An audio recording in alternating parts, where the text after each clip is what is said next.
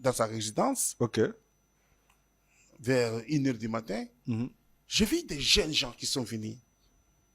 D'accord. Faire quoi? Des jeunes gens qui sont venus, même à Babouche, À 1h. à 1h. Oh. Ils sont venus pour dire, monsieur le secrétaire général, Il ne va pas se reposer. si vous- j'ai même pitié de lui. Ça, je vous dis, c'est vrai et vérifiable. On débarque à 1h. Écoute d'abord, à 1h du matin. Mais je vous dis, il rentre chez lui au travail, à 2h, 3h, revenant du travail. Je vis aujourd'hui, à 1h du matin, Mhm. les jeunes gens qui sont venus en babouche, d'autres en culotte, parce que vous dites que non, ils refusent les gens. Ils ont dit non, devant la résidence, nous sommes venus voir le secrétaire général parce que les léopards On gagnait. ont gagné. Ok. Et nous devons voir quelque chose. Il les a reçus. Il a parlé avec eux. Il leur a prodigué des conseils. Il ne faut pas fumer, il ne faut pas boire de l'alcool, vous devez... et il sort quelque chose, il leur donne. Ok. Et c'est cet homme que vous dites que il insulte, il renvoie les gens? Non. Il faut connaître que l'homme. Plus humble, plus modeste, à l'IDPS, comme Kabouya, il n'y en a pas deux. Après Kabouya, vous voyez qui gérait l'UDPS? Si le Congrès décide de mettre Kabouya de côté, qui vous voyez dans votre tête? Qui vous voyez gérer l'UDPS comme Kabouya ou plus que Kabouya? Après Kabouya, sera honorable Augustin Kabouya Chilumba. Oh. Vous avez saisi ma question. Vous répondez toujours à votre manière. Mais moi, je voudrais avoir un autre nom en dehors de Kabouya. Non, vous me posez la question après les congrès, si je dois voir qui. C'est ça la question. C'est comme ça que je vous dis, après Si on les veut congrès... faire partir, si les congressistes décident de faire partir Kabouya. Ah donc, vous avez votre congrès où vous allez nommer les gens. Non, dites-moi. J'ai mis si. C'est une condition. Non, en Swahili, on dit ici, Kiswahili Kiamatesu. Donc, Ça veut dire quoi? c'est une expression de la souffrance. Ok. Tu souffres, hein? Après les congrès, ça sera toujours Augustin Kabouya Chilumba. Très bien. Alors, je voudrais que vous prodiguiez... Je sais d'où est venue cette question-là. Ah, d'accord. Un mot à Augustin Kabouya, si jamais après le congrès, il est maintenu. Qu'est-ce qu'il doit amender? Quel changement pouvez-vous attendre de Kabouya s'il est maintenu après le congrès? Monsieur le secrétaire général, vous serez toujours maintenu parce que le congrès ne doit pas se tenir pour changer les animateurs.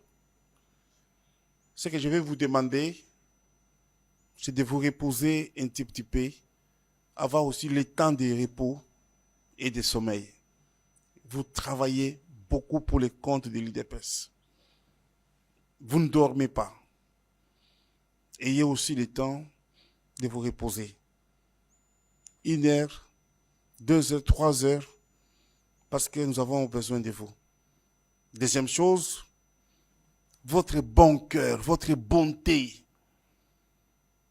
Je trouve comme si c'est un peu exagéré à un certain moment. Parce que vous pardonnez tout le monde. Vous aimez même vos ennemis, vos adversaires. Et vous nous dites souvent, vous êtes créés comme cela. Vous avez du mal à haïr. Bon, c'est une qualité. Troisième chose, redynamiser encore davantage comme vous êtes en train de redynamiser les partis. Donnez encore le meilleur de vous-même comme vous êtes en train de donner. Et que ces partis puissent garder encore sa flamme plus haut. Merci.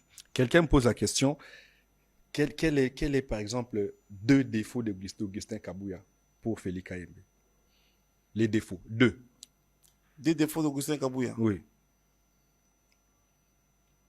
Il pardonne tout le monde. Défaut. Ah, c'est un défaut selon moi. Les gens qui l'insultent aujourd'hui, des mails les accueillent, ils parlent avec eux. Deuxième. Deuxième défaut. Il aime beaucoup travailler. C'est un défaut. Selon moi, oui. 2 qualités. Des qualités, Oui. c'est un homme de Dieu, pratiquant. Ok. Branhamiste, j'attends dire. Ah Il oui. est branhamiste. Hein? Oui, oui. Il prie à Shekinah. Je crois, oui. Ok. Mais c'est un branhamiste. D'accord. Si pas chez Kina, ça doit être chez Papa Barouti. Mais ça doit être chez Kina, oui. Ah, d'accord. Et deuxième qualité. Deuxième qualité, il accueille tout le monde. Même quand vous venez en babouche, il vous accueille. Et il donne beaucoup. Il sert beaucoup les gens. D'accord. Je vais vous dire une chose. L'une des choses qui m'a beaucoup attaché au secrétaire général Augustin Kabouya. Parce que c'est votre collègue. Hein? Vous avez étudié ensemble. Effectivement, j'ai étudié avec lui. Oui. Je perds ma mère, Marie-Josée Mbouimi Senga, ma maman à moi, que j'aime beaucoup. D'accord. Le secrétaire général Augustin Kabouya était avec le président de la République chez eux à la maison, chez maman Marthe. Ok. Il doit demander au président de la République que notre combattant, Félix Kaïmbe, a perdu sa maman. Ok. Je vais aller. Et le chef de l'État lui dit, vous pouvez aller. Vous savez, Ok. il faisait quelle heure? Il arrête de causer avec le chef de l'État. Oui, c'est comme ça. Pour rien au monde, je ne trahirai le secrétaire général Augustin Kabouya. À 0h, 1h du matin, il vient seul au volant avec sa Jeep Prado et un seul policier. Il vient pleurer avec moi, ma mère, Marie-Josée Mbouimi Senga. Voyez-vous un peu? Je ne suis pas le seul. Il va dans des deuils des combattants, même des seconds rangs. Voyez-vous?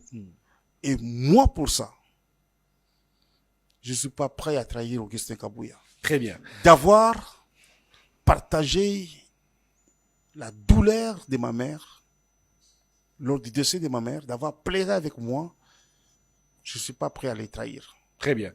Alors, on va prendre l'autre thématique. C'est le chef de l'État, Félix-Antoine Tshisekedi, qui s'est lamenté d'immondices sur la ville de Kinshasa. Il a dit que la situation, je reprends les phrases dites par le porte-parole du gouvernement, que la situation devient catastrophique. Mais est-ce qu'il fallait attendre que la situation devienne catastrophique pour arranger les choses? Et qui doit être sanctionné? Et pourquoi le chef de l'État en parle maintenant? Ces immondices ne datent pas d'hier. Ça date de longtemps. J'ai d'ailleurs eu quelques soupçons, quelques indiscrétions que le président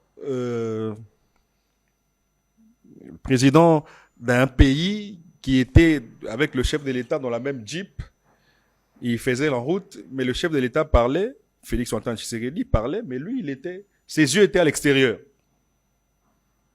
Erdogan, voilà, le président Erdogan. Et il va poser la question à Félix Tshisekedi, mais pourquoi toutes ces immondices se traînent là comme ça, alors que nous avons une société qui peut vous aider à faire tout ça? Alors, Félix Kaïmbe, vous ne trouvez pas que le chef de l'État, à un certain moment, il est complaisant, Félix Tshisekedi? Parce que les immondices existent depuis très longtemps, mais on a l'impression qu'il se réveille et il dit que la situation devient catastrophique.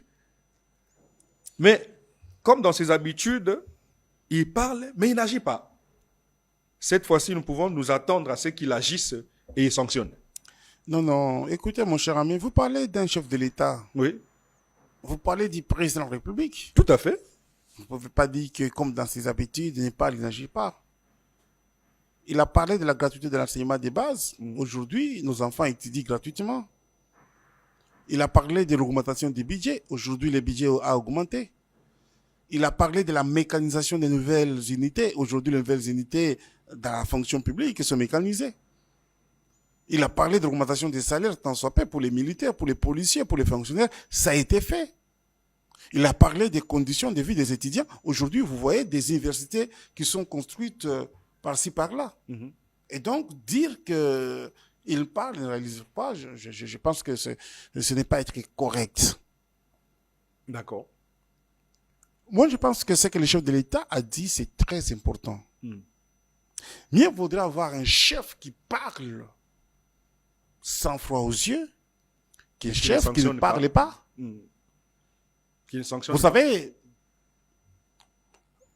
la ville-province de Kinshasa a un problème sérieux. Pas seulement des dirigeants, mais aussi de la population quinoise.